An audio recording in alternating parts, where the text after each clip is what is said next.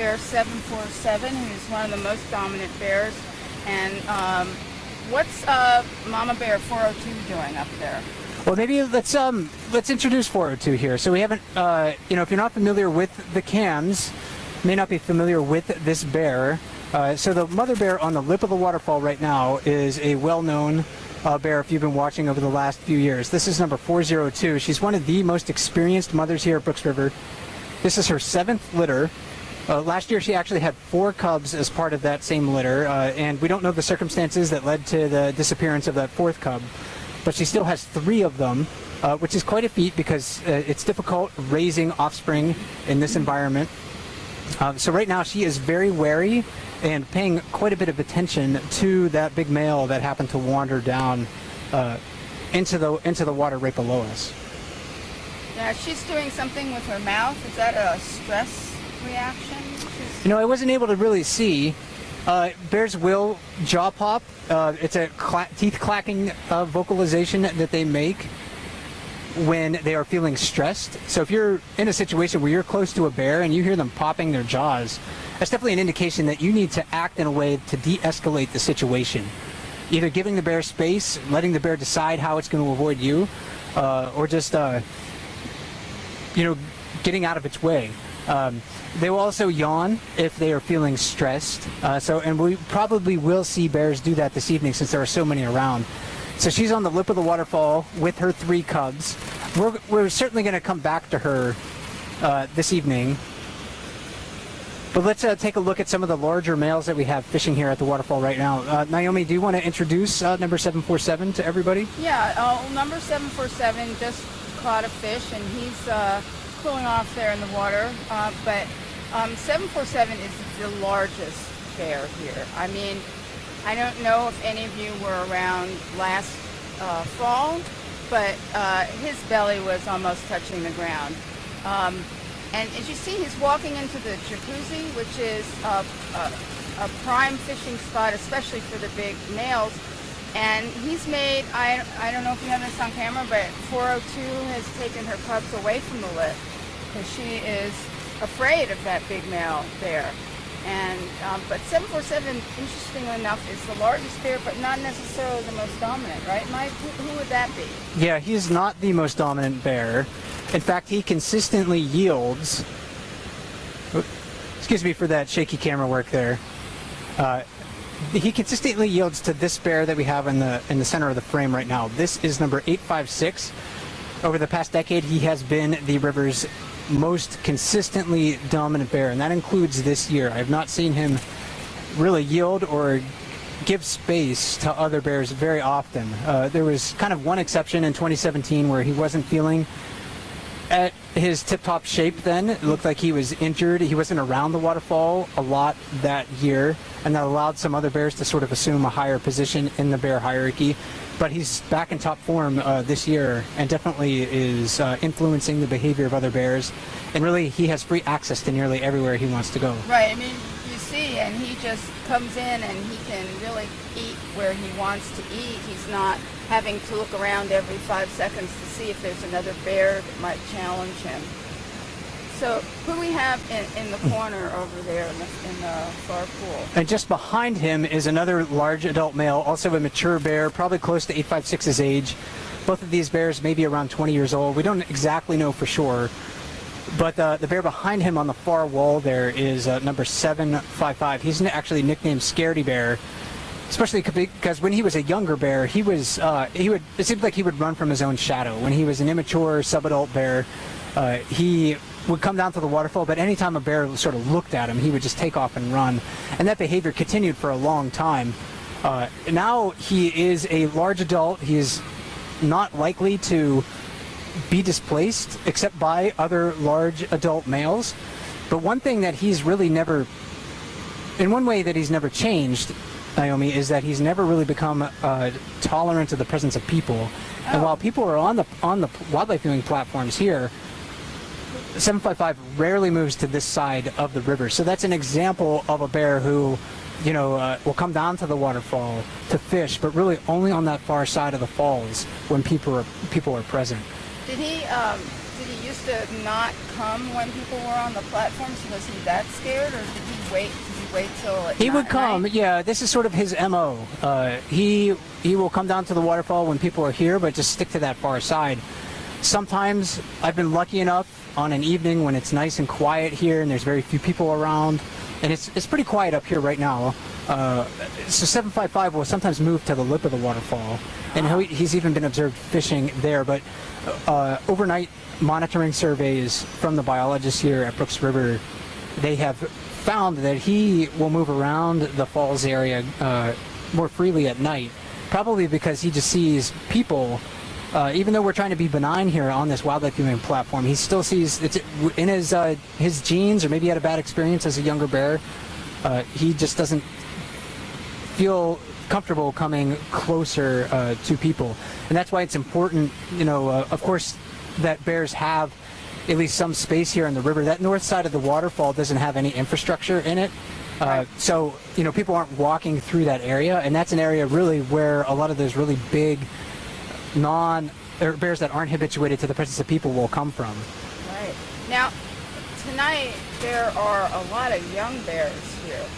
I mean, it's really kind of wonderful to see. There's so much fun to watch, and you didn't see it on camera before, but there's a pair of young bears that have been consistently fighting over fish tonight, one trying to steal from the other, and I hope we can get that on camera tonight, because it's a lot of fun to watch. No blood, just fighting over salmon. Yeah. And so who's that bear right here? I know who it is, but that's Divot, right? That is Divot right here. So Divot, a mature adult female, she's had 3 litters, if I remember correctly, raised along Brooks River. So first introduced to this place by her mother. And that doesn't always happen. Sometimes bears just discover this place on their own. There's a lot of bears in Katmai, over 2,000 at last estimate. So an eagle showed up, that's why. Yeah, all the gulls that happen to take off, yeah. And I missed that on camera, but we'll look for the bald eagle to return.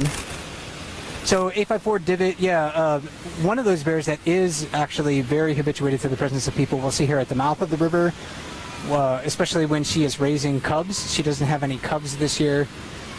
She has a distinctive scar around her neck that's getting a little easier to see, especially from this perspective. That circular scar is from a wire snare that she received when she was caught in a wire snare in 2014. And rangers and park staff were able to remove that. So now she's living a life of a healthy wild bear. Now, 856 is approaching her, but not really. He's got a fish in his mouth, but she's still wary of him, right? Yeah, it's 747. Oh, that's 747, sorry. Yeah, so 747, he's a fairly tolerant bear of a lot of the females that approach the waterfall, and even some males too. He knows he's big enough to intimidate 854 Divot if he needs to. So he's not going to waste his energy necessarily letting her know that he's a more dominant animal. She is aware of that. So as long as she's not necessarily encroaching on his personal space, whatever that bubble happens to be on the day, and it changes from day to day sometimes too, I think, depending on their mood, how well fed they are. Right. How much they want that prime fishing spot and don't want to give it up to anybody. So who's on the lip now? That's a younger bear. Yeah, so this is a young adult female on the lip of the waterfall right now. This is number 806. She's actually quite skilled on the lip of the waterfall. And we just saw her start to fish there, I think, in 2017. So she is a young bear that learned the tricks of the trade in that spot fairly quickly. Yeah, look at her. She's just catching them one after another. Yeah, that's 2 in about 10 seconds. I'm not sure why she dropped the first one. Maybe sometimes they'll do that when they're not feeling, that hungry. It's like, do I really want to work that hard to hold on to the salmon that's struggling? Well, obviously the bears are getting a lot of fish because there are a lot of fish leftovers here. Maybe you could describe why they're not eating all that salmon that would make good salmon fillets for us. And 806, yeah, maybe she'll give us a demonstration of how they eat the fish. may have been able to see that the first part of the fish that she bit into was the brain. So the brain is a big fatty part of the big fatty organ. So bears, when they're well fed, are targeting the fattiest parts of the fish, the brain, the skin, and the roe especially. So it looks like she is targeting that as well. I'm not sure if she's going to eat the whole animal or not, but she's certainly focusing on the skin. Earlier I saw her catching a number of fish, so I wouldn't be surprised if she just takes the fattiest parts. And we can see that a lot of the other animals and a lot of the other bears are well fed this evening too, because this is not 806 that happens to be behaving in that way we call high grading, which is looking basically for the high grade ore, like a miner. They're just looking for the fat. If you look downstream, just slightly go back to divot here. Just to her side is a salmon carcass that the gulls are picking at. And the gulls aren't even competing over it, which means that their stomachs are also largely full too. So what part of the salmon run are we in? Or is there a lot more salmon to come? Yes, we're actually reaching about the peak of the salmon run right now. The salmon run in Bristol Bay generally peaks during the first half of July, actually maybe even the first week of July. So there's still a lot more fish that could arrive from the sea and swim into Bristol Bay. Yesterday, I think there were over 500,000 fish that had already escaped into the Naknek River watershed, which Brooks River is part of, and Brooks River gets about 20% of those. So I think it's an easy to do the math on that. Probably 100,000 salmon have moved through or in the process of moving through Brooks River, and as a result the bears are quite well fed. But we could see a lot more fish coming into this watershed. Last year there was something like 2.3 million salmon that went into the Naknek River watershed. So that means close to 500,000 fish probably went through Brooks River. And you could see how that fed the bears last year, because so many of them have come back pretty fat. Yeah, and I don't think we're going to be able to see 747 out of the water. But yeah, he looks like a fall bear. He is carrying a lot of fat reserves from last fall.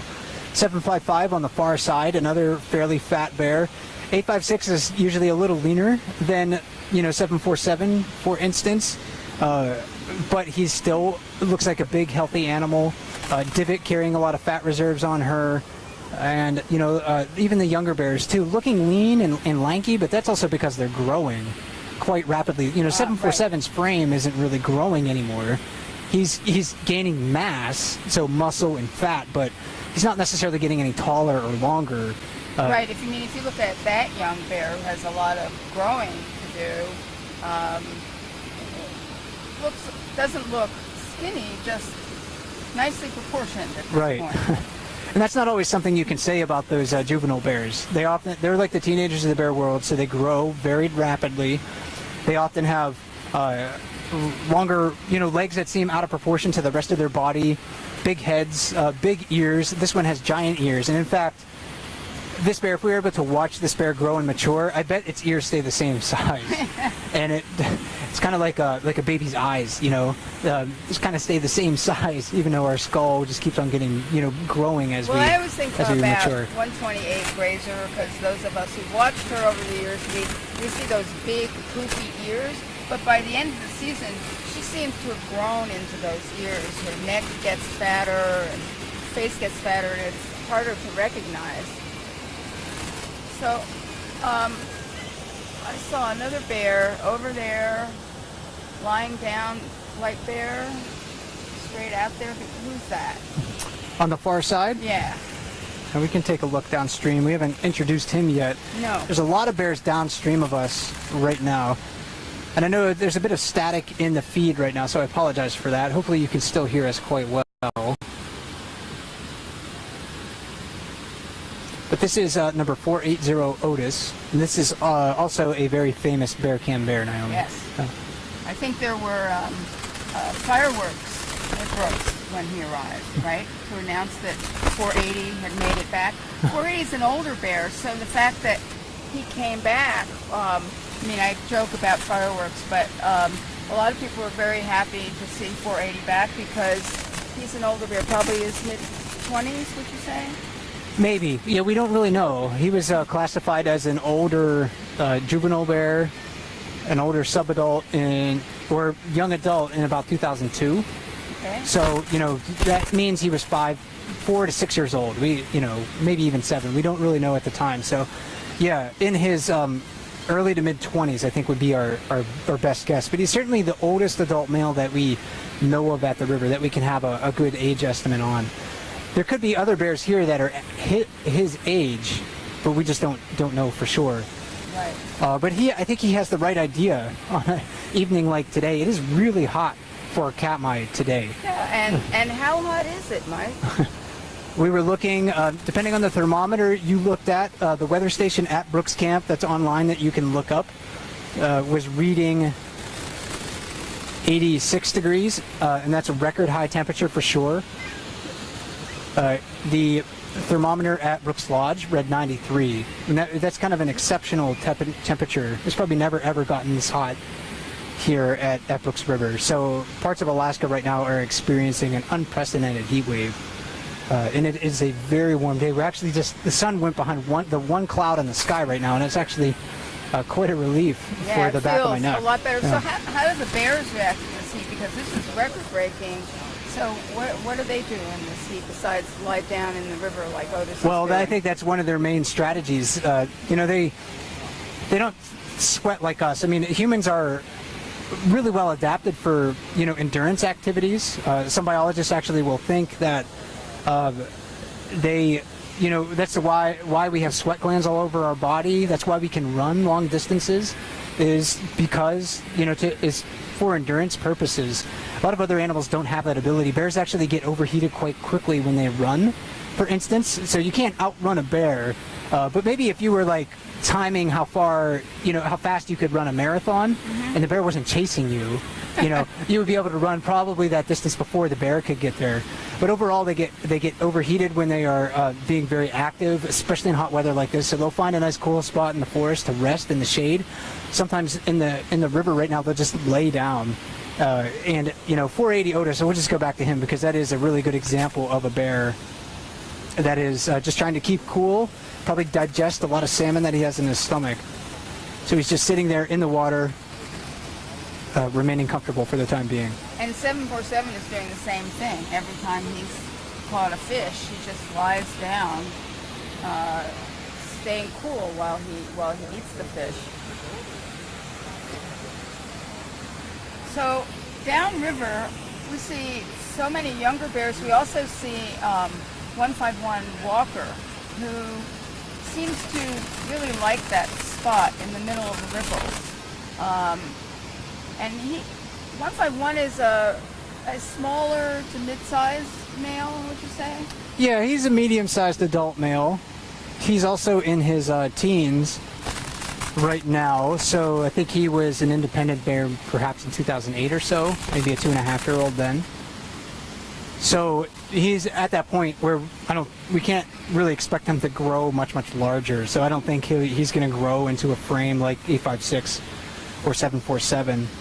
So his fishing strategy this time of year is different than some of the larger males, right? Yeah, he can't just waltz into the waterfall and push a lot of bears out of the way because he's not as big as them. So he'll look for space as it's available. One of the places that he's found success is downstream in the riffles, this area that he's at right now. There's a spot where he is sitting that bears will fish commonly. It's like a little mini jacuzzi. It's a slightly deeper, it's not very deep there, it's only like a couple feet deep, but they'll sit in that spot. Salmon will swim through there. There's a little rapid, so maybe it obscures the bear to the fish. Maybe the churning of the water makes them just a little more vulnerable to predation in that spot. So he'll go there, he'll sit there and find success. Otis will go there from time to time. I saw him there the other night. Yep. And 151's got a fish now. And we're also seeing, way downstream, seeing a sow with a cub. There's a lot of bears downstream. I know, there are a lot of bears downstream, and a lot of young ones.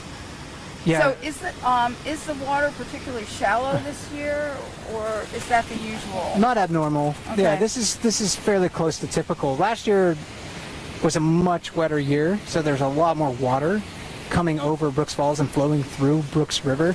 But this is more like average compared to what I've seen in the past, especially kind of pre-bear camp. It seems like we had a lot of wet years during bear camp, but I've seen some years that are more like this. So if you compare footage from the cams this year to last year, you probably will see a lot more water going over the waterfall last year.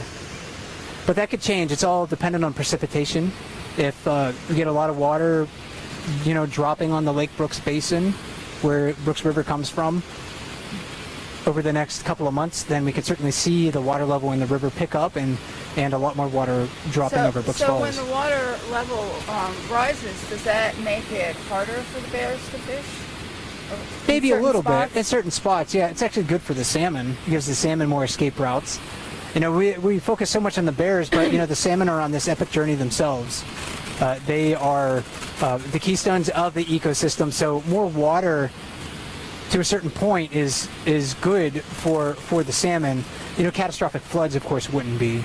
But in Brooks River, those sorts of things are moderated because there's a big lake just a half mile upstream. So we don't really get like big flash floods moving through Brooks River that would scour the stream bottom and that salmon wouldn't be able to fight their way through. And how does the heat affect the salmon? It depends. The salmon, they are a cold water species generally, so they are sensitive to temperature changes, especially high temperatures. They need water that has a lot of dissolved oxygen in it, and as water temperature rises, it holds less dissolved oxygen. So high temperatures aren't good for salmon. It's not good for their eggs necessarily. It increases their metabolism as well. So salmon, have some abilities to avoid those things. They might go to a deeper, colder pocket of water in a river or a lake, and just kind of try to go into a little bit of cold storage until they feel that the water temperature has maybe moderated somewhat to go into their spawning sites. It's Brooks River is such a big river and it's buffered by that lake that it's not the salmon that spawn in this river probably aren't going to be severely affected by really high temperatures, and they delay their spawning until late summer anyway when the water temperature here starts to drop. But it's those salmon going into smaller streams, smaller tributaries off of Naknek Lake or off of Lake Brooks that could be impacted by very high temperatures and drought conditions in this area. So are there salmon heading for those small streams now? Yes, a lot of these fish that arrive fairly early are going into Lake Brooks and they just keep on going. These are not fish that we can expect really to be spawning in Brooks River. Most of these fish are going to keep on going, and then there will be salmon that will hang out in Lake Brooks just at the top of the river, and they'll move back into the river when it's time for them to spawn. And then we have a lot of salmon that stage in the mouth of the river waiting for the right time to move up into the river to spawn. And the peak of the spawning here in the river doesn't really happen until September.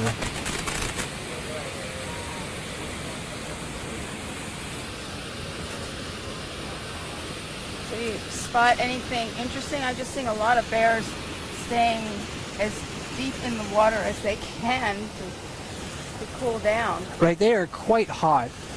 And I think maybe we'll pan downstream. We'll take a look at a few of those bears in the riffles. Mm-hmm. The riffles is an area where we often see mothers and cubs. We will often see younger bears who can't compete for fishing spots up at Brooks Falls. It's a more difficult place to fish, however. The salmon aren't as vulnerable in that area as they are up near Brooks Falls. So sometimes, those younger bears and those mother bears will move up to Brooks Falls. In fact, we're seeing a mother bear with her 2 cubs moving up to the waterfall right now. Yeah. So let's go over there and we'll introduce her. So this family, this is number 813. This is a bear nicknamed Nostril Bear. And if you ever get a good look at her nostrils, you'll know why. They are very oddly shaped. So she has very uniquely shaped nostrils. She also has a droopy left ear, so it's fairly recognizable bear. She has 2 yearlings. We're looking at her yearlings right now. So these are second-year cubs. They're looking a little timid right now. Right, and their cubs are often nervous around other bears. I think that's an adaptive instinct, of course, since other bears, larger bears, pose, physical threats to them. But Mom's got a fish, so I think they're lost some of that fear for the moment. Right, hunger a lot of times trumps a bear's natural fear of other bears and even humanity as well. That's one reason why we have so many bears here at Brooks Falls, is because it's not like they want necessarily to be around one another all the time, although we do see bears enjoying the company of others. We see them playing with one another frequently, especially when they're well fed. But they're coming here because the reward in food can be so great. But that's not true of all females, of course. Some female bears just avoid Brooks River completely when they are raising offspring, and we'll see female bears change their behavior depending on the age of their offspring. Like last year, Nostril Bear here had 2 spring cubs, and we didn't see her really come into Brooks Falls. Right. So her cubs are a little less vulnerable right now to getting injured or attacked by another bear. So maybe she feels like the risk is just a little less this year. Right. And again, she's staying at the far side, away from us. She afraid of humans at all, or she? I wouldn't say she's very habituated to the presence of people. She will come to the platform side of the river where I'm standing, but she is not a bear that we regularly see, using the mouth of Brooks River when people are active. Now, it's something that we are not seeing now on the camps, but there has been a female bear with 2 brand new spring cubs that's been around camp. And, of course, she hasn't brought her cubs here. That's true, and she is a bear that will occasionally visit Brooks Falls when she is not raising offspring. So that's number 171, and we saw her downstream. She must have stashed her cubs somewhere in the forest. We couldn't see her cubs anywhere, but she was downstream earlier in the evening. So again, that's another good example of how mother bears will change their behavior to maybe give their cubs a greater level of protection. So have you seen a number of different fishing styles here tonight? Or just laziness because it's hot? But they're doing what they can. Scavenging is a legitimate fishing technique. And that's what 813 is doing with her cubs right now. A lot of these younger bears are looking for those same opportunities. So they're waiting for the bigger bears, more experienced, more skilled bears to leave carcasses behind. Divot's doing that. Again, this kind of blonder, light brown bear that is close to 747 in the jacuzzi there. So just standing downstream. Someone was that Nostril Bear who just chased another bear up the bank, I think? Yeah, I couldn't tell. It looks like she was, someone had encroached on her space. Yeah. And she charged that other bear. Protecting her cubs. Probably hard to see in your screen at home since she's on the far side there. But yeah, sit and wait, stand and wait. Very common fishing technique at Brooks River. Very efficient fishing technique. Scavenging, we're seeing a lot of that this evening. And 480 Otis is the master of sit and wait. Right. Patience is one of the hallmarks of brown bears. We see that on display every night here. In fact, there's bears are standing downstream of 856. Probably not going to be able to see this, but I'm going to try to zoom into him really quickly. Because in the water downstream of him is probably 3 or 4 salmon carcasses that he has left. Oh, yeah, I can just see. Yeah, so just to the left of the gull in the water there. That means he's well fed.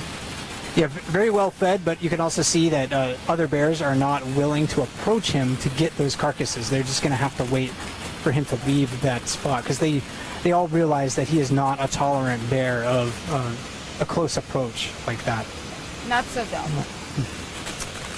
Now, we'll look over to 813 again. Let me zoom out here. She's acting nervous on that far side. Yes.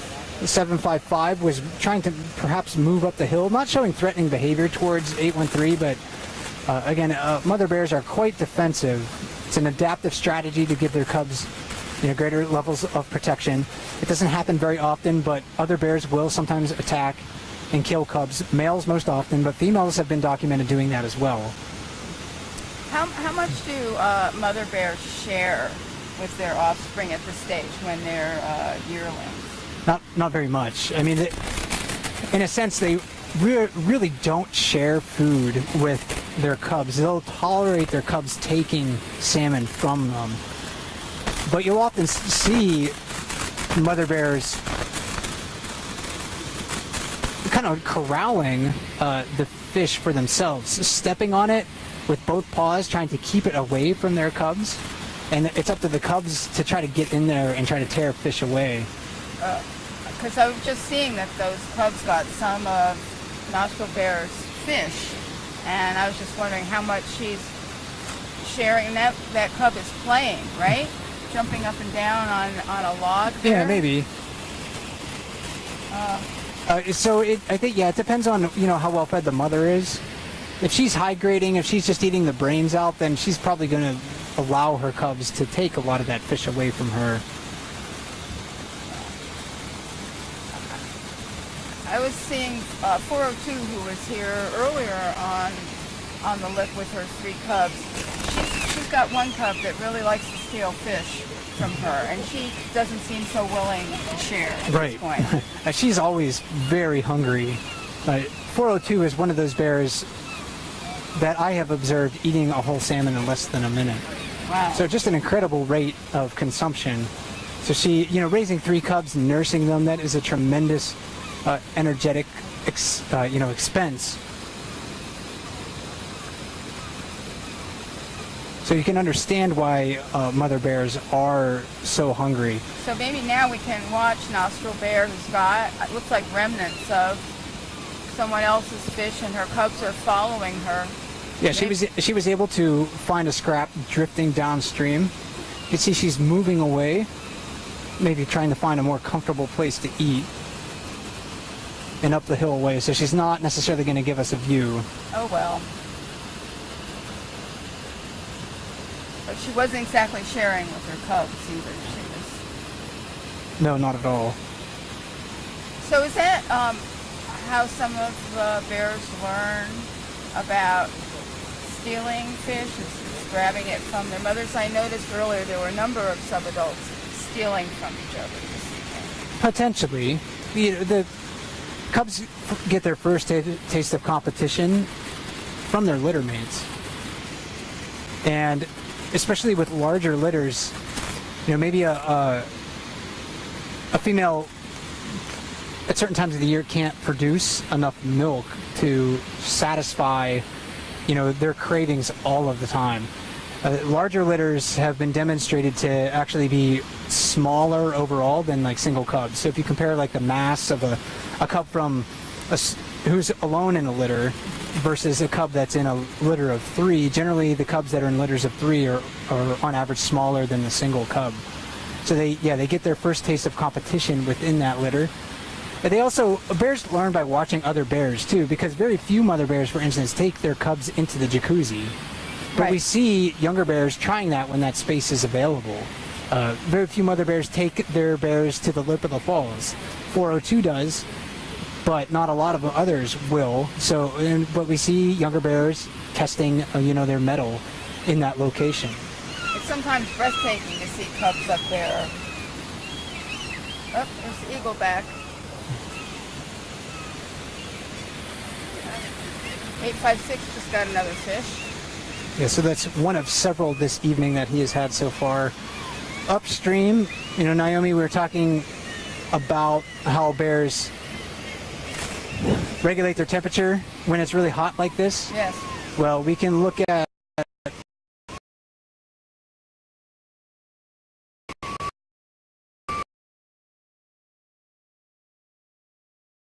128.